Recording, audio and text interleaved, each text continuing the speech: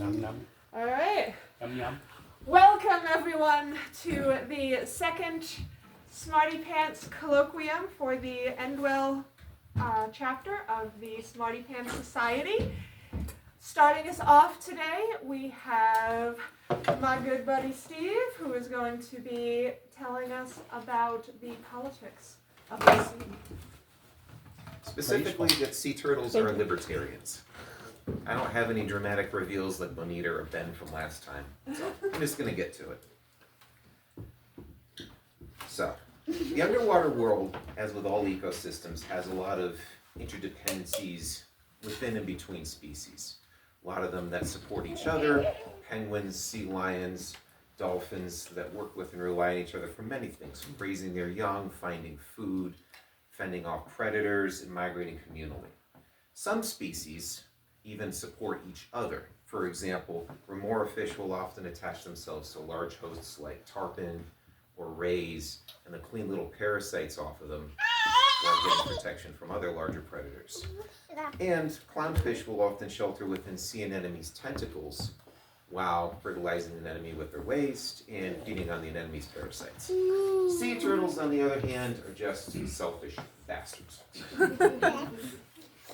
Unlike a lot of these other species that I've named, sea turtles spend most of their days either hiding in vast mats of vegetation or swimming solitary over reefs while shedding feces much of the time on whatever happens to be underneath them. And shedding super salty tears in an already polluted ocean because they can't process that stuff any other way. They make occasional ascents to the surface for gulps of air, which can sustain them for hours underwater, but they often exchange that air with colossal smelly farts from their diet, which includes living coral ripped from reefs, as I've personally seen.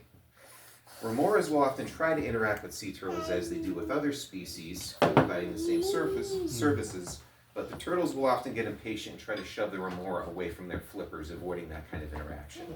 Sea cucumbers will often try to hitch rides with the sea turtles and otherwise make friends with them. At best, the turtles will just tolerate this. At worst, they'll try to bite them or shove them away with their flippers, basically acting like grumpy old men going, "Get off of my reef," even though the reef is home to, a lot of other creatures. And last but not least, that's what their gullet looks like. They eat things living or dead like that, and their throat is lined with spikes pointing down so that everything they eat can't possibly try to escape. They are also horrible partners and parents. Male sea turtles are stereotypically selfish parasites who only care about their own gratification. They start their mating practices by biting at the females and then climbing on their back and starting mating while leaving them both totally vulnerable to any nearby predators and weighing both of them down towards the seafloor. When it comes time for them to breathe, the female has to swim to the surface carrying both of them on her back, while the male lends absolutely no help whatsoever to this process. Steve, I'm sorry to interrupt. Yes. Are you talking about turtles or humans? Take your pick. In this particular context, sea turtles, as I said, stereotypically selfish. Okay. Once finished, the male promptly disappears and leaves the female both vulnerable and to fend for herself. Not to mention, they usually do this near the beach where they hatched. And the males returned 2 to 3 times as often to this beach as females do, which means that males are not only stereotypically horny, they're also incestuous. Now, females, unfortunately, are not free of their own completely selfish and indeed malicious behavior, because instead of giving birth in their native aquatic environment, they make a point of climbing out onto a beach that they can't move on nearly as freely or easily, and just giving birth to a clutch of eggs in an ugly little hole that they quickly dig into the sands and only bother to cover up afterwards with a thin layer of sand and other vegetation. Once they're done doing this, they just scuttle right back into the ocean and leave their eggs behind forever, not caring whatsoever about them or what happens to them. In fact, a lot of sea turtles, the little ones, end up dying trying to get to the water because seagulls and other predators figure out where the nests are and just lay in wait for them to hatch. Now, One positive thing that sea turtles do, the corpses or the unhatched eggs do provide fertilizer for the ecosystem on the beach, vegetation specifically. Living sea and the sea turtles that do make it to the ocean and shelter within the mats of vegetation do tend to feed on those, which actually keeps those at a healthy rate of what's called growth and reproduction, and does benefit other species that live within those mats of vegetation. But they only do this incidentally, not because they're actually trying to help anything, it's just something that happens to benefit them as well.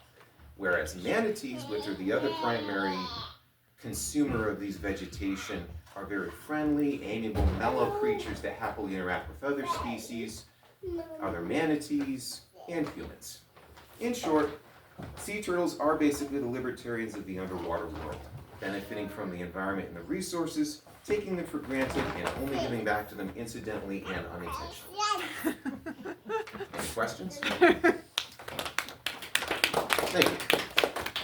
Do you think that there's maybe the cause of this is the result of the selfish baby sea turtles who don't go back to help their fellow sea turtle siblings surviving and getting to the water, whereas the ones that do go back also get eaten by seagulls? That could very well be. On the other hand, they could also, change their behavior and learn the benefits of cooperating with each other and with other species, just by looking at what else goes on around them, and they continually choose to not do that.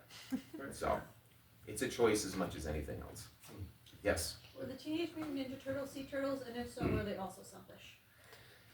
Don't remember them having flippers, and I haven't seen pretty much anything any of that series, so I'm gonna go with no and no. Yeah, I think they were Yeah, do they have little, I don't know what land turtles had. Did they have legs and feet as opposed to flippers? Then they're probably terrible. Yeah, I mean, they had opposable fingers, so who knows? And they like pizza, which... Yeah, I mean... Anybody else? Yes.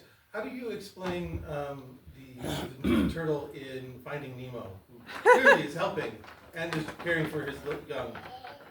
Turns out that marijuana has many, benefits in terms of mellowing people out, maybe giving them a little bit of realization about, helping each other out in the environment they live in, etc. So could we form a theory on how marijuana could be provided to Ron Paul and... Topic for another presentation. Do you think that being a surfer dude could have also helped?